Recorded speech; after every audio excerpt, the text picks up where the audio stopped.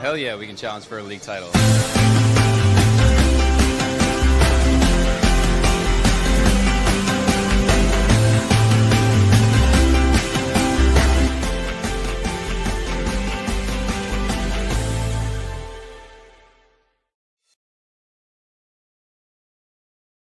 What's up, Tifos? DannyBrams here with a sad but true episode of the Charlotte Soccer Show because the results just are still coming back poorly for the Crown. And we're here to talk about something completely different, though, than the bad run of results for Charlotte FC, because I'm tired of it. We could sit here and talk about the bad stuff all day, but I got a lot of good things going on in my life. I'm happy with the way the things are generally trending for me, maybe not for the world at large, but we're doing the best we can.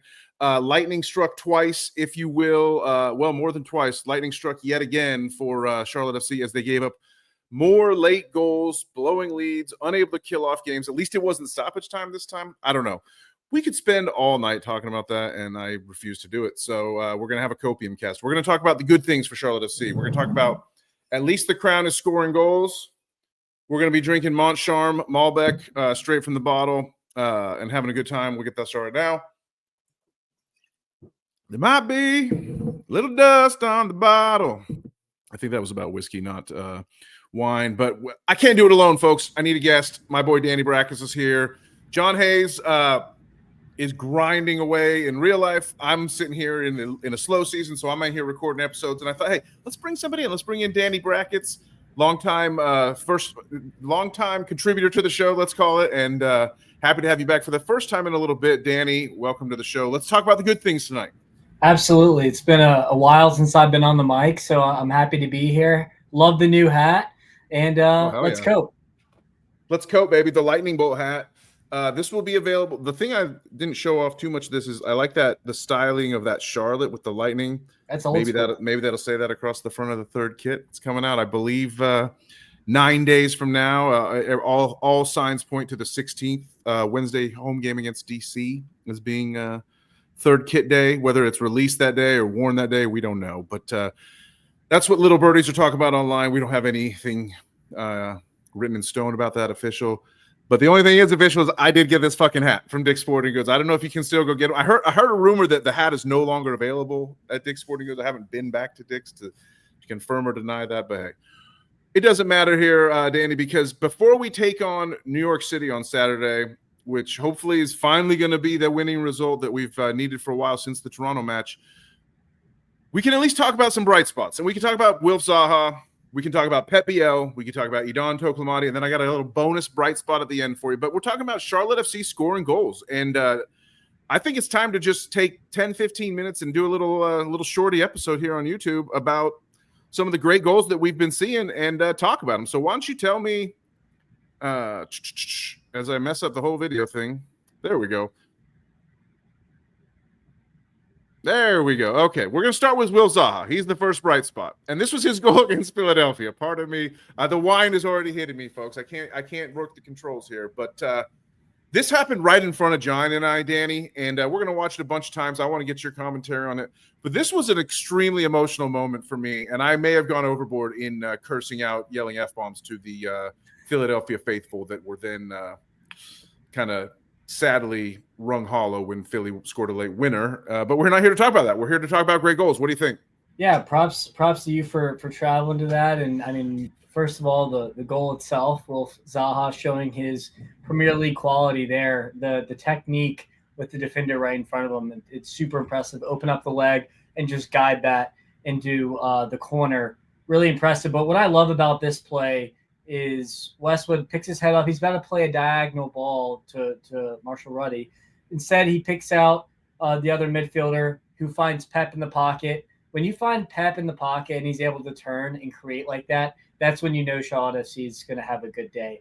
You're talking about this ball right here. Right? So, yeah, he picks up the ball.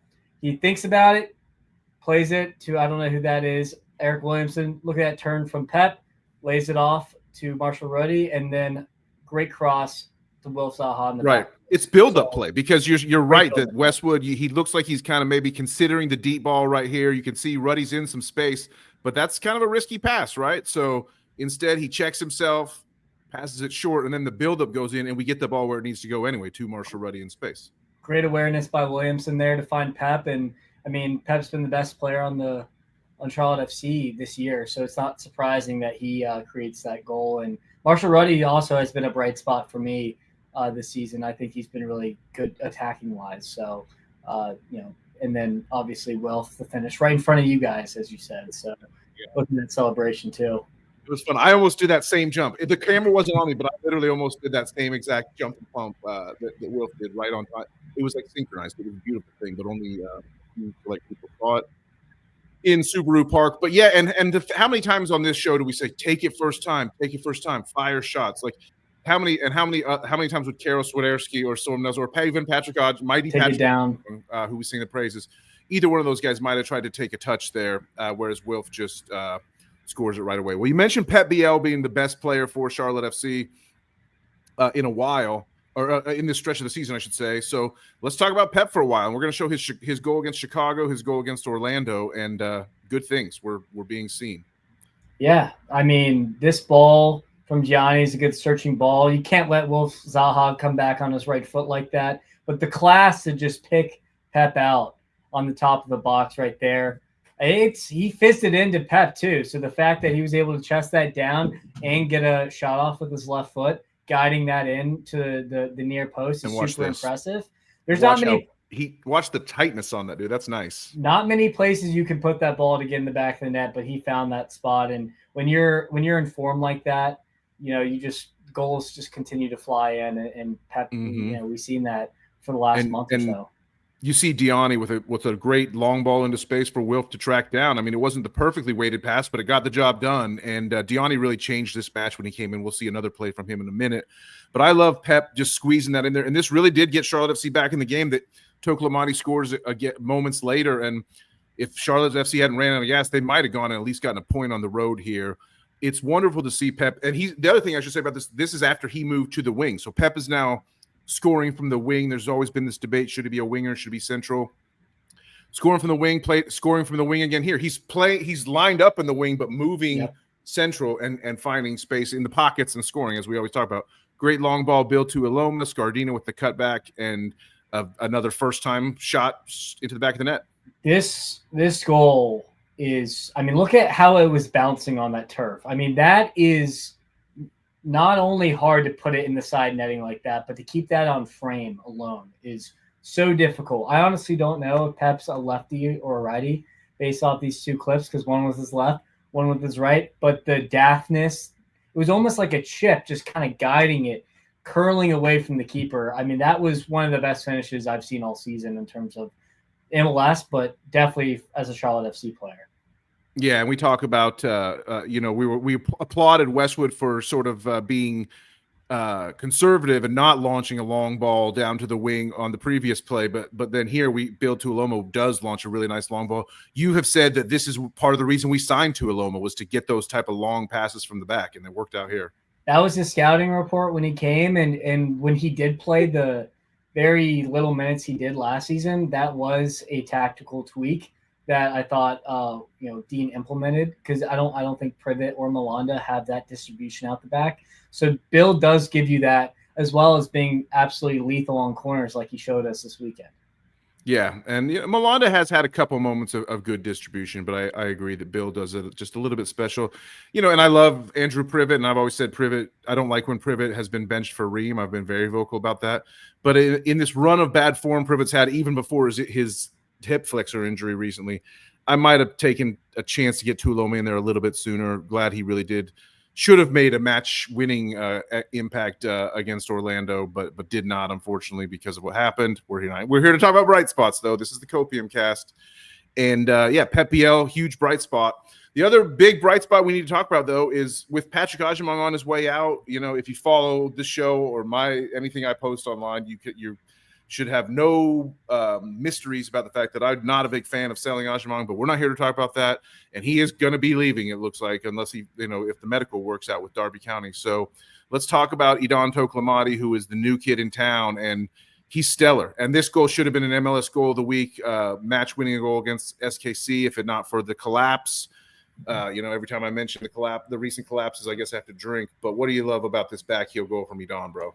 This goal was just, I was in shock when it was scored, but we've seen kind of a trend over the last couple goals that we've watched. A lot of these wingers are finding themselves more inverted with outside backs kind of bombing forward. Now, we're here to speak about the positives of that, not the negatives of that. I think partially that is why we're conceding so many goals when we get caught in possession.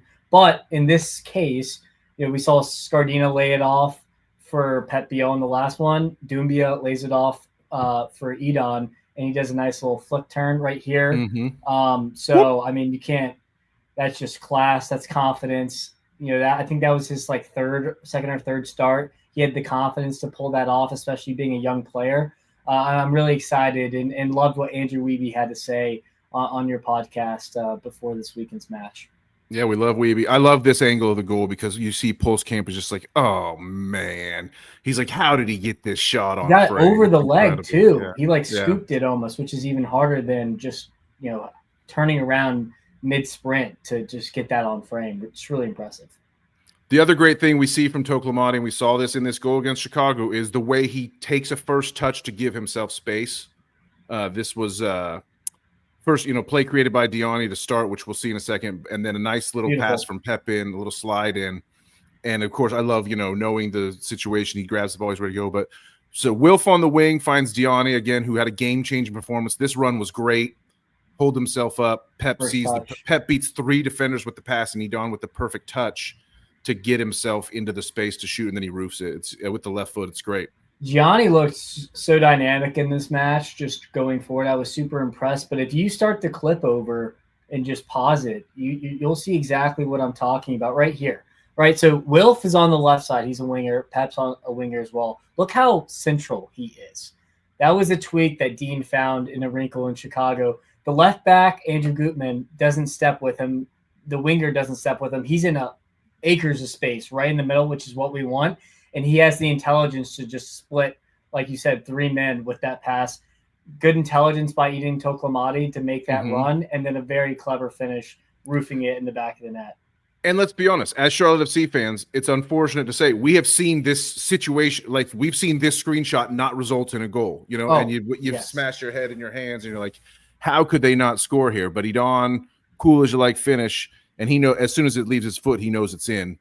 It's beautiful, beautiful goal, and then he's right back after it to get going. The wide angle coming up here next, it just re-illustrates everything you said as far as Pep is nominally a winger right there, but he's kind of inside the circle, inside the center circle. If it was extended all the way, and he receives it there. And there's a lot of space. There's a lot of space out to the right if we had needed it. I mean, the right back is in plenty of space, but just the toughness of Diani to stay up there, I think it's good. He wasn't as good versus Orlando, but I don't mind seeing Diani stay in the lineup for the next little bit. Depending, obviously, we'll get Zaha back against New York City FC. But that's our Copium Cast, Danny. I know it's tough times to be a Charlotte FC fan. The results have not been good. We've literally tumbled from first place in the East to out of the playoffs in the East in the last 45 days or so. It is a long campaign, and as Dean says, you have to ride them waves, right? You got to ride them waves. It'd be great if performances just went like that, and it never does. There's always, a little downturn somewhere, and you have to ride them waves and. Got to ride them waves. 100%. And I mean, one thing that's been